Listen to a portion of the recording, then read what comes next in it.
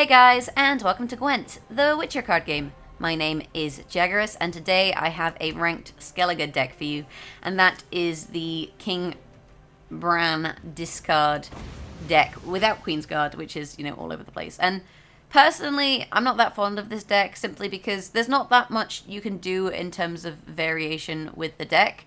Like, it's a very kind of cookie-cutter deck, because it makes sense to run the cards that you do. The only really variation that you have is, number of war longships, number of priestesses, and whether you're running a skirmisher or not. Alternatively, you can maybe run like a lacerate, for example. So the gist of this deck is that we're going to thin our deck and discard cards. Cards such as the Clan and Crate Raiders, which get resurrected when they discard. The skirmisher, whenever it enters the graveyard, it gets strengthened by 3. We've got Olgierd, whenever he's discarded at the start of the next round, he weakens himself by half and resurrects. And Morkvarg, whenever he's discarded or destroyed, he resurrects and is weakened by half of his power. On top of that, we have Cerys. After 4 units are resurrected, such as Morkvarg or Olgierd, on your side, while this unit is in the graveyard, resurrect it. We then have our 3 war longships. Whenever you discard a unit, damage a random enemy. We have 3 Clan Demon Pirates. Discard all copies of this unit from your deck. So you play 1, you discard all 3. That's deck thinning. We have Pirate Captains. Whenever a unit is discarded to your graveyard, boost self by 1, whilst in your hand, deck, or on your side of the board.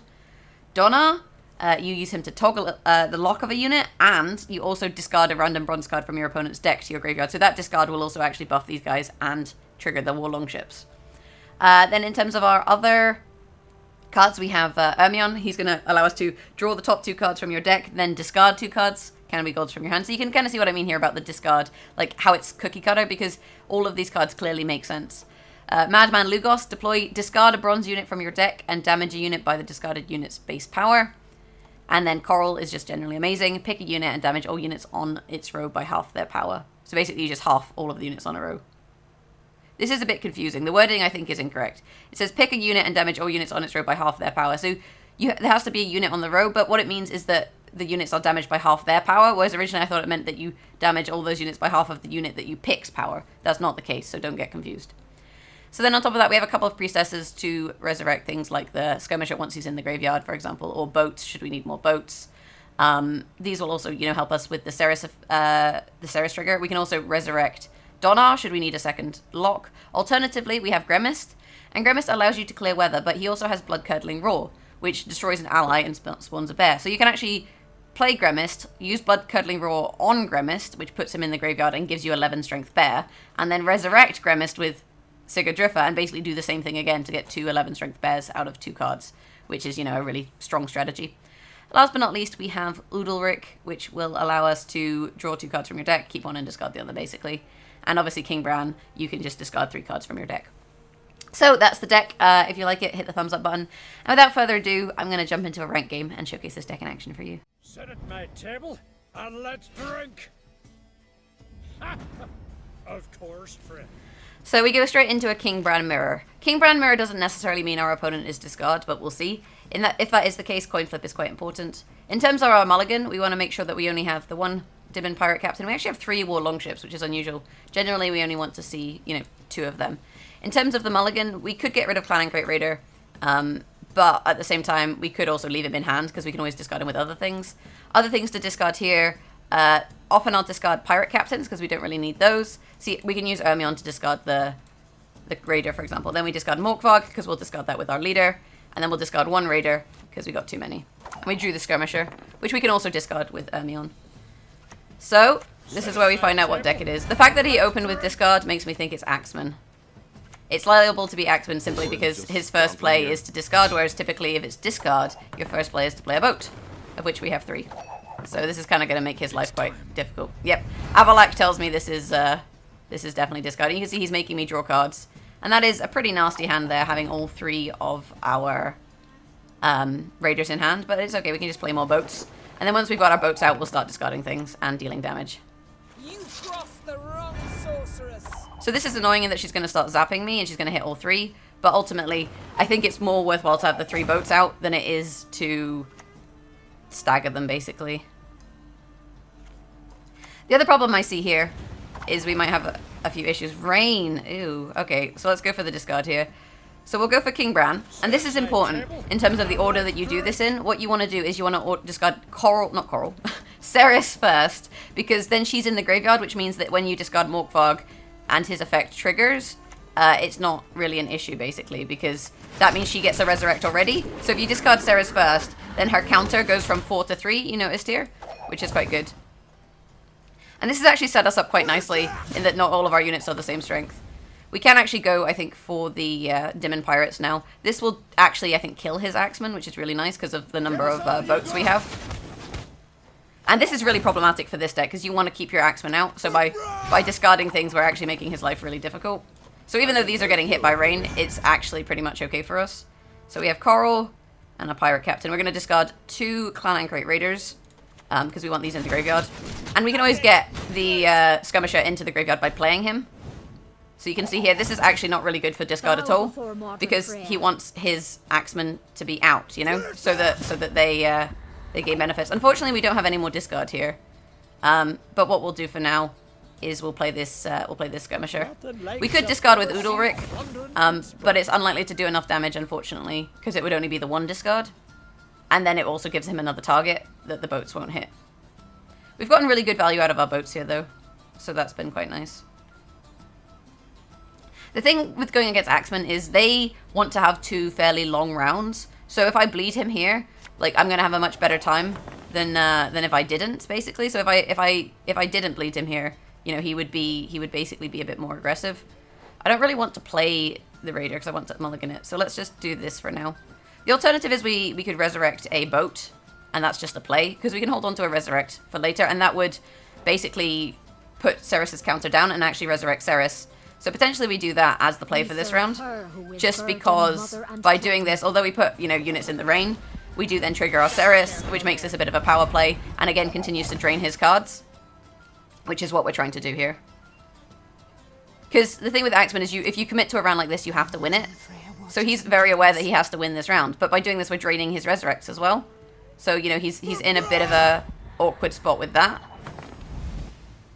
He's on 39 and we're on 40.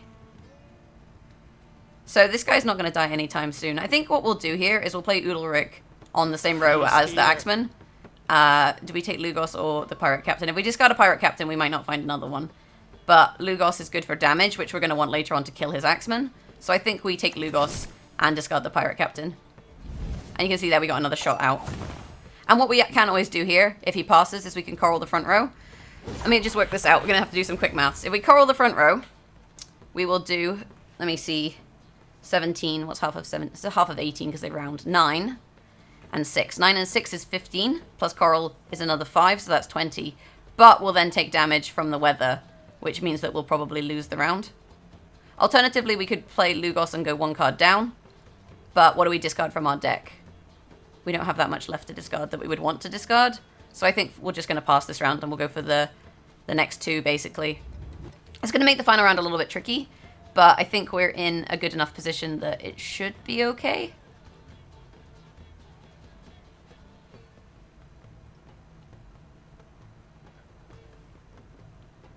Yeah, we don't quite have enough, unfortunately. If there wasn't weather, I would go for it and take the draw, but, you know, that's not an option. Between the weather and Yennefer, we just don't have the power to make it. We could have maybe played 2 cards and taken it like that, but the problem is because we had Clan Anchorite Raider in hand, that makes playing Lugos here a bit more awkward. We do have carryover here, so if he dry passes, which is when you pass after playing no cards, you know, we're in a pretty nice spot. And our mulligan's really easy here. We just get rid of the Raider, because we'll want to discard it later with Lugos. And you can see we've more or less made it through our entire deck at this point. The only card we're missing is Sigadrifer, which we can guarantee find next round. So the question is, what do we play here? I think the answer is we play a Priestess. We can play a Priestess and then... Although, how many... No, that won't trigger our Cerys, so that's fine. So if we play a Priestess, we can then resurrect the Skirmisher, because by bringing him back up, we basically send him to the graveyard again, which means if we choose to resurrect him next turn, he'll actually be 13 points worth of strength. I would expect Axemen to pass here. Like, he clearly wanted to play Udalric to try and get a better card, but the pass is inevitable because he wants to have a long round, but with me having this many points on the board, he doesn't want to have a long round now. So that's something to be kind of aware of. I'm ready. And here, this is a case of just recognizing your opponent, their deck, and what they're trying to do. Because I'm very familiar with this deck, I know what he's trying to do. So here what we can do is we can mulligan the Raider, and then we can discard it with the Lugos in order to kill one of his Axemen. We have Gremist, so when he plays his Weather, we can remove the Weather, which is a nice option. Alternatively, what we would do is we would play Gremist into the Blood-Curdling Roar, and then we can always, once he's dead from the Weather, then try and do that, but it's kind of a risky strategy. We don't typically see Scorch in this deck, so I'm quite happy to just open with the Pirate. We also have Donar in hand, which means we can lock his Axeman when it decides to come out. Yennefer. That's fine. He could have gone Avalak and actually milled me, and it would have been a much smarter play, in my personal opinion. I think that would have been the wiser choice, but you know, people don't always make wise choices. I don't want to play the Pirate Captain until this guy's been hit at least kind of once, so that they're a bit spaced out. We can resurrect potentially a 14, but that means we then can't use the Gremist to remove, well, to use his Blood-Curdling Roar. So that's something that's just worth being aware of. So I think for now the play is probably Gremist, but then I won't be able to remove Weather. I could Blood-Curdling Roar this. Alternatively, we just Sigadriffer and just don't play Gremist twice, which is fine because we can Sigadriffer a 14. The problem is these guys are quite similar in strength, so then the Yennefer's going to hit multiple targets, which is annoying. He's going to give me an Axeman. So I think for now we just play one Axeman. And just kind of delay. We're going to get zapped, but he hasn't played his Axeman yet, and as soon as he does, we can lock it. Alternatively, we can just kill it with Lugos, which is a nice option. Killing them, he can resurrect, but he's got ones in the graveyard anyway. So the problem with Axemen is you need kind of to have your Axemen. That's how you keep tempo. Whereas because we have a lot of, you know, big plays here anyway, we don't really need the tempo. And you can see he's checking his own graveyard, which means he's got to resurrect. The other thing we can do with Lugos is we can use it to kill the Whale. But the question is, do you think the Whale is worth more points than the Axemen? And actually, I think they're fairly similar. Okay, Skellige Storm. I'm wondering if we clear here. He's generally going to play more Weather. So I think we take the 2 damage for now and don't clear. And just kind of see where we end up, basically. So we'll just play this. So we can Lugos. We'll put Lugos on the end of this row, which caps it. So then with the Skellige Storm, it means when this happens, you know, it's not too bad. We kill this, and we discard our Clan and Crate Raider. Oh, here's Clan and Crate Raider. He plays another one, and we just lock it. We are taking damage each turn, so maybe we should have cleared the Weather. But at the moment, I think the Weather damage isn't the same value as a... this Weather clear isn't been the same value as a Bear, so it's been mostly okay. But if I play the Bear, I'm going to stack him for Coral. So I think we probably just clear the Weather now. Not you again. If he has more Weather, he can play it now, sure. But, you know, he's not really ticking that much. And I think this was a bit late. So we Coral the middle row, I guess. 4, 5, 6, 7. Yeah, this is more damage. So we just Coral the middle row. I guess we could have left it, gotten a Bear, and then everything would have been okay. But I suppose. I think we're pretty far ahead here. Oh, shit, I did the wrong row. I meant to do the middle row, and I misclicked. Balls. Is he going to catch me with 45 points? No, he's not. Even with his Whale, it's not enough. We just out-tempoed him. And that's how the matchup goes with Skellige. Axemen definitely can win against Discard. I do win as Discard against Axemen, but if you're kind of smart about it, then it's much harder for them to do, because you can push a very long first round, which they don't like. We'll send a good game, and I'll jump into another game with this deck to showcase it in action once more for you. The gate must be secure. Mead! More mead! Okay, so we're up against Consume here, and the things that I'm thinking with Consume is card advantage is really important because the final round they're going to play Grave Hag. On top of that, it means that we want to hold either Lugos or Donar until the final round, so just be a bit aware of when and how you play those. In terms of our mulligan here, we'll start with 1 Clan and Crate Raider to blacklist it. We've got 3 boats, which is really nice. Into the Morkvarg discard, we have Udalric, Gremist, probably the Priestess. We don't really need that early on. I mean, we can resurrect a boat, but because we have 3 in hand, it's worth it. The risk is we might draw a Demon Pirate, though, so hopefully that doesn't happen. And there's Lugos. The fact that we have Udalric is really nice here. It would have been better if we'd lost the coin toss in this matchup, because it gives us, you know, options for card advantage. But as things stand, it didn't happen. So we start with playing our boats. He'll probably play Harpy or a Behemoth, I would expect. That's typically how it starts with Consume. Monster's Nest is also one that they play to get a Behemoth. An Arrakis Behemoth. Come on, play your card. It's a cookie cutter deck. You can do it. Thing is, he doesn't want to play while there's one boat. But it's like, don't worry, we got more boats. Here, look, here's another boat. And I mean, if you don't draw 3 boats, you know, you usually find at least one. So generally everything is fine. Regis is going to eat one of my pirate captains. The smart play is to eat a pirate captain because it's worth a lot more to me in the future. He ate... We'll find out it's in my graveyard. A pirate captain. What a surprise. Hey, look! We got more boats. Which means this is going to be a lot of points. And there's the pass. He knows a lot of points are coming from all these boats. As it is, we probably still do want to play the discard. This will basically win us the round with the King Bran. We probably still want to go for that play here, even though it'll put us 2 cards down. Because it means we can dry pass the next round and then play a long final round. So we'll play this. And we discard Cerys. Remember to do her first, then Morkvarg, and then Olgierd. And the nice thing about this is it also causes our deck to be shuffled, which means, you know, if we mulliganed anything, we're not likely to see it at the top of our deck. And that's what he didn't want to happen, you know. And he'd rather go 2 cards down to have it. What this does mean is we'll have to play Udalryk final round, because we need to dry pass to gain 1 card and then use Udalryk to gain the next. So that's not great. But on the flip side, it also means he's not going to get that much value out of his Grave Hag, and he's not going to get that much value out of his Neckers. Because the thing is, we can quite easily dry pass here. We have this carryover. So, you know, it's not a bad option for us. We have Double Priestess, we have Demon Pirate, and we have Clan and Crate Raider. We maybe mulligan the Raider and see what we get. The problem is we could get another Demon Pirate, which we don't really want. So we'll pass here. You know, it makes his life difficult because we have carryover, so he has to play. And he has to play more than 7. And the thing with Consume is they don't have a lot of big units, so playing more than 7 can be a little tricky. It can force him to play, you know, a gold card or a silver card, basically, because he has to make up those points. And an Arrakis Behemoth won't do it, a Vran Warrior won't do it, a Neko when he's only eaten 1 unit won't do it. Like, there's not that much in his deck that's gonna kind of work for him, if that makes sense.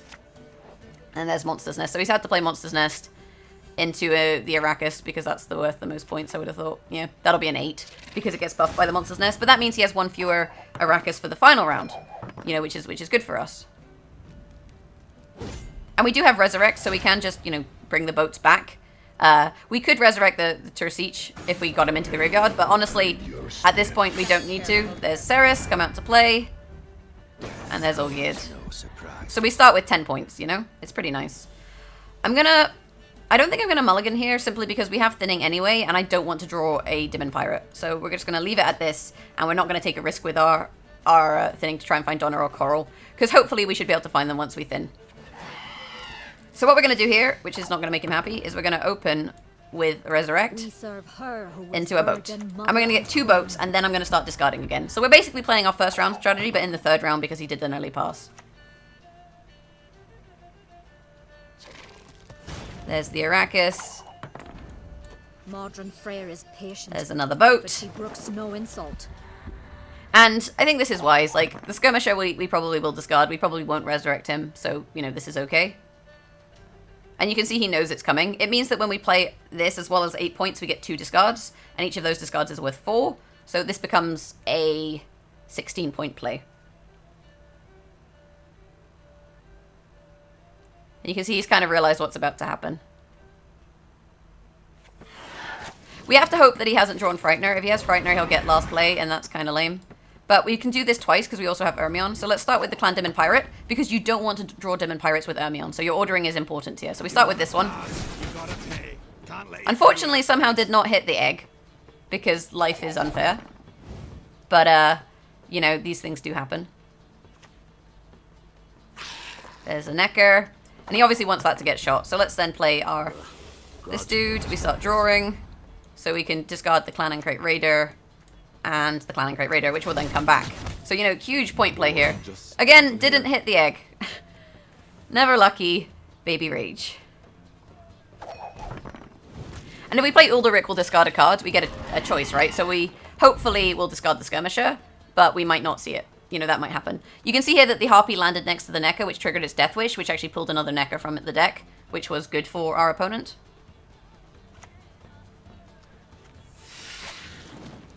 So we do want to figure out kind of when the best time is to Coral. Unfortunately, you know, with Coral we don't have her, so life is kind of awkward. But we'll stack the front row anyway. He is here. Coral or Donar. We take Coral because we can resurrect Donar. So Coral is 100% the right choice here. I wanted to be offered the Skirmisher, which I could have discarded, because I can always discard the Pirate Captain with the Lugos, you know? So he's gonna basically try and protect his units from Coral here by eating a bunch of units. And that absorbs them into him, basically, which is not good. I just realized I have a Raider in hand. Where did he come from? I must have drawn 2 Raiders with... Ermion, which is kind of terrible luck. Okay, I don't think we want to Coral just yet. So what we'll do, for now, is we'll play Gremist. Not you Into again. Blood-Curdling Roar, we don't have to worry about that. And then we eat Gremist, so then we can resurrect him if we want to. We get an 11-point play, and we can plop that down there.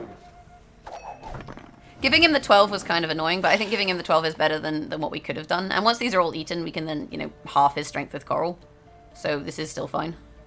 But yeah, it's just unfortunate we didn't see our other Pirate Captain either, and we got this extra Skirmisher. Like, if I could trade this Skirmisher for a Pirate Captain, you know, I think it would be a bit of a better position.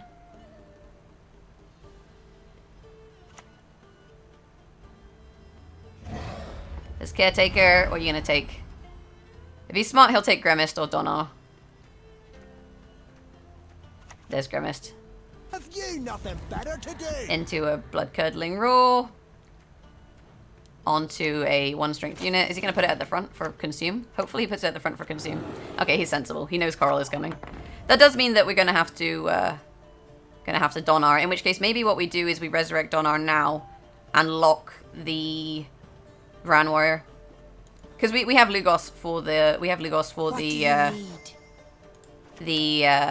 Calm yourselves. we have Lugos for the whatever else it is I'm trying to say. Words are hard. Grave Hag. The good news is he didn't stack up a load of Arakuses. We still have a lot of points in Coral. You know, she's going to be a 25-point play, which is nice. So we got a 25-point play in that. Oh, his Grave Hag's early! Oh, you silly goose. You don't want that now. You don't want that now at all. I mean, I've got last play because it means he doesn't have Frightener, I guess. So we'll Lugos. I'll put him on the front row. Well, what is it? We discard the Skirmisher. And we kill the Grave Hag. And then we get some shoots. So I would have rather discarded this than the Skirmisher, but, you know, the way the draw happened this time was a little bit unfavorable. He's only 5 points ahead. We have the same number of cards. I have a 17, a 20-something, and a 6.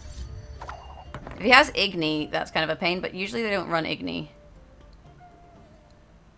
Because I have to play this on the front row. That's it. Good.